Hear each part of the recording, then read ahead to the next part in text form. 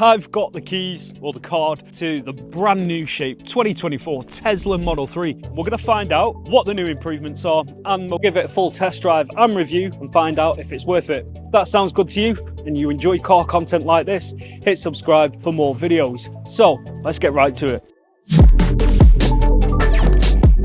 So the Model 3 is Tesla's most affordable entry-level car, and that's what Elon Musk wanted. He wanted to reach out to the mass market on affordability, performance, range, and of course, safety. Since Tesla is under increasing pressure from Chinese rivals, they have to kind of up the game a little bit, and this is what they've done with this brand new Model 3. It's not just a small little facelift, it's actually a general overhaul. The big major differences are inside and how the car drives. So let's have a look at the design changes on this new model. First off, I have to say, what strikes me most is the headlight design. This is sort of the new design language for Tesla. It's very much similar to the hotly anticipated Tesla Roadster, which is due to come out soon. Got the new Blade LEDs. These are daytime running headlights as well. It's very futuristic, but also quite subtle as well. But you've still got the lower dip bonnet, the sort of curved round pebble finish on the nose. At the front here, they've actually got rid of the air curtains and kind of cleaned things up a bit. Don't really need it, but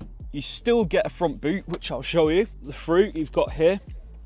Very practical in the Teslas, that's what I do like. It's almost like the gold standard for an electric car. There are three trims of the Model 3, the standard rear-wheel drive, the all-wheel drive dual motor long range, and the performance. There are two new colours to try with the new Model 3, Stealth Grey and Ultra Red. I've got the long range all-wheel drive dual motor powertrain, which means there's a motor to power the front axle and another to power the rear. The dual motors are powered by a 78.1 kilowatt lithium ion battery, which produces a combined output of 491 brake horsepower and 364 foot-pound of torque. Owning a Tesla means you take full advantage of the superior 150 kilowatt rapid charging network with over 1,100 in the UK. So let's have a look at the side profile, and the aesthetic changes aren't as big. All they've done really, and I quite like, is they've just sloped the arch roof line down a little bit. Still got the creases down here on the side, and it looks quite muscular. The crease here just below the belt line, and then takes back on again to sort of like a rear rounded haunch at the back. It looks quite nice on the rear fender. Still get the flush door handles.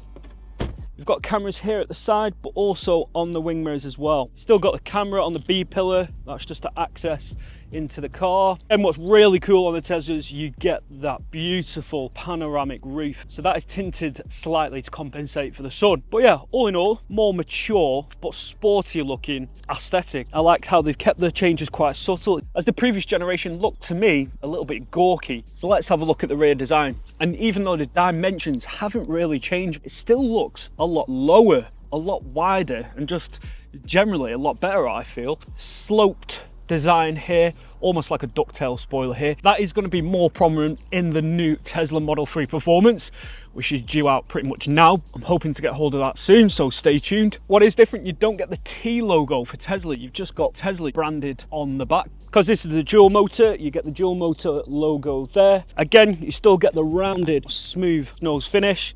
You do get some plastic at the bottom here, well, like a quite smaller diffuser here. You've got your LED brake lights here, cameras just underneath here. What is different as well is the LED light strip. The design is actually attached to the boot lid itself. It's not onto the car, and I'll show you what I mean. So if I open that,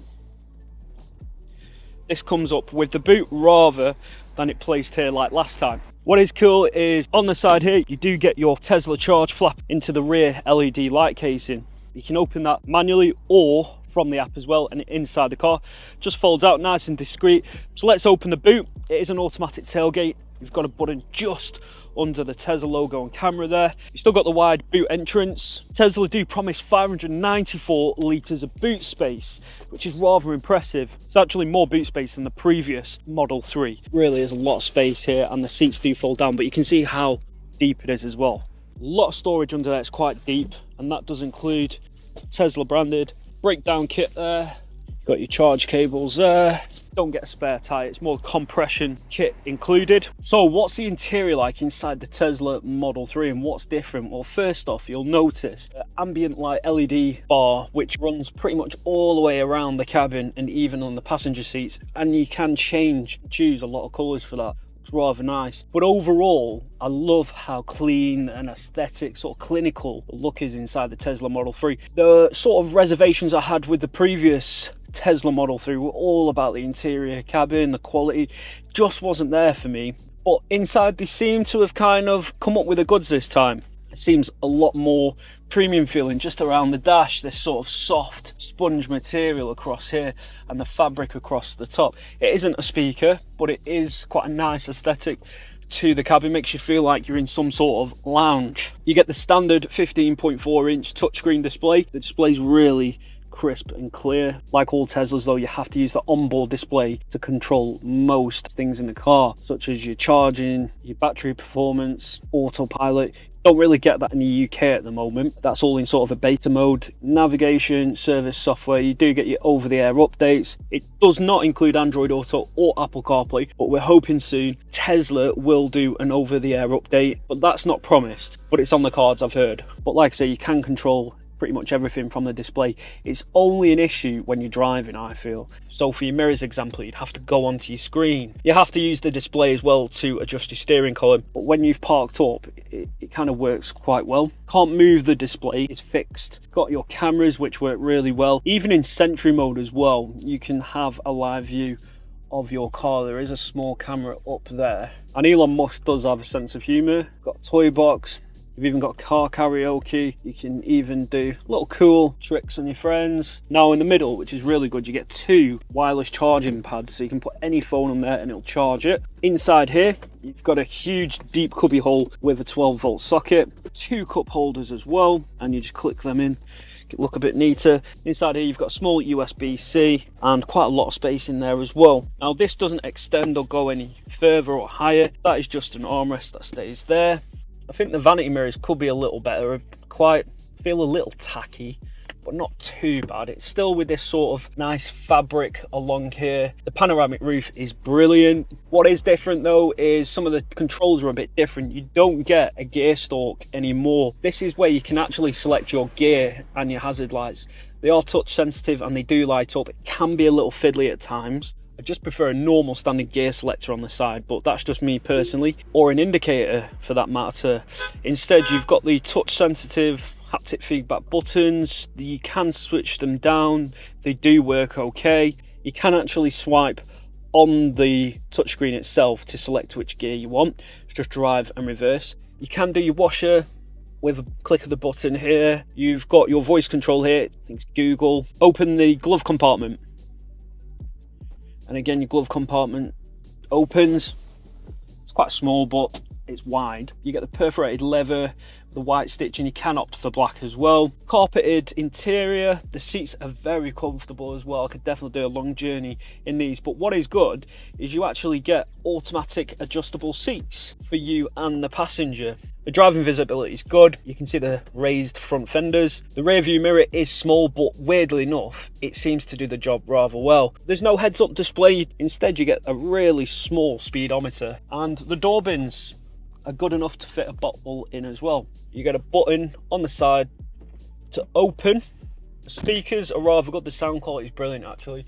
Speakers at the back here. But overall, yeah, I feel like Tesla have done a lot more this time round. What is the practicality like in the back? Well, if your driver has long legs and you're quite tall and have long legs too, I think you are going to struggle a little bit for legroom. And if you're near 6'2" and in the middle, your head pretty much will touch the glass panel. Well, my legs are pretty much divided each side of the seat. You might be tempted to just kind of do this as well, especially if you're on long journeys. But overall, you are quite angled upwards because of the battery at the bottom. You do sit slightly higher than the driver and front passenger. What is cool though is you get touch sensitive lights here, bit of a coat hook there. You've also got your electric windows button. You can end up just kind of putting your head on the roof line really in the back, especially because you're kind of staring at the glass roof, and also this divider here. You do get a little magazine holder there to shove some stuff in. you've got an 8-inch touchscreen panel. This you can't take out. It is attached to the middle armrest unit here. You can control pretty much everything you can on the front display there, but don't worry, you have got an option to lock the rear panel from the front, so if kids are going to be using that a lot and annoy you with the music, get 2 USB-Cs, and that's pretty much it. You've got ISOFIX seats here. Yeah, it's not the most practical in terms of leg room. If you're on short journeys, I think it'll be fine, but if you're on long journeys and you're quite tall and got long legs, you may struggle, but it's doable. So Tesla have done a few subtle tweaks to the way this car handles and how it drives. The ride comfort in general is really pleasant. It's the same powertrain as the old Model 3. It's the same range, it's the same motors, same chassis. Even though this isn't a whole new model as such, it just feels a lot more capable. You have different modes where you can enhance the steering. You have a chill mode as well as a standard and a sport mode, which just kind of tweaks the responsiveness of the acceleration with pedals. So just feels really refined. The body control's a lot better. The grip's impressive as well. It feels more capable at higher speeds, where at higher speeds in the old version just seemed to loft a little bit and felt a little bit ajar at times. Electric cars tend to simulate what an analog steering rack feels like, but this has done a really good job. The steering just feels a bit more communicative. The way the steering feels, it's just a lot more dependable, really well weighted. This feels a bit more safe, a bit more capable around the corners. Really definitely get a sense of where the car's going. The grip's really good, even through sharp, small country roads. Really does handle brilliantly.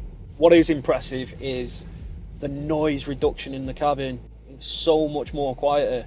No more wind buffering here or around the back. It feels like the very closest Tesla has come to sort of German rivals. It's not 100% there, but it's very, very close. And remember, these cost a lot less than them as well. So now what is a bit annoying is when you are reversing in a car park and you're in a rush and you need to move out of the way, it can be a little fiddly with these dials up here, and they are touch sensitive. They do work, I'm sure you'd get used to it, but for me personally, I just prefer the old stalk style. Now let's talk in terms of autopilot. In the UK, it's not really a thing right now. You can't use it to its full potential. In America, you can. Hopefully that will be changing, and good thing with Teslas is you do get a lot of over-the-air updates on the app as well. So if that does come into the UK, you can use it.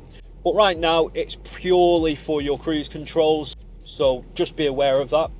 Where things do start to get a bit kind of sexy is their Model 3 performance, where you would get adaptive dampers. Hoping to get that on the channel soon as well, and that's really a bit more of an internal refresh on the platform and on the chassis. A lot more suspension tweaks, but the tweaks they've done for the Model 3, I'm impressed. Yeah, and that acceleration never gets old. It will put a smile on your face, even on the most depressing of daily commutes. You can have a good time with this. So let's wrap up this video review on the 2024 facelifted Tesla Model 3. Elon has done a good job in terms of ticking all the boxes, in terms of affordability, safety, range, performance, especially it being only the entry-level car. It's a welcomed improvement. The charging network is an absolute breeze to use, and I'd go as far to say it is pretty much the gold standard of electric cars right now. The only downsides I'd probably say is maybe the controls are a little too fiddly at times, and also if you are tall and have got long legs on long journeys, the rear space may be an issue. But what's more important is we'd like to know what you think. Let us know in the comment section below what you think of the new Tesla Model 3. And a big shout out to Tesla Service and Sales Centre in Manchester for letting me review this new Tesla Model 3. If you'd like to know more or even book a test drive, I'll leave a link in the description below. Hope you've enjoyed the video. Hit subscribe and you'll be notified when the next video goes live, and hope to see you on the next video on Is It Worth It?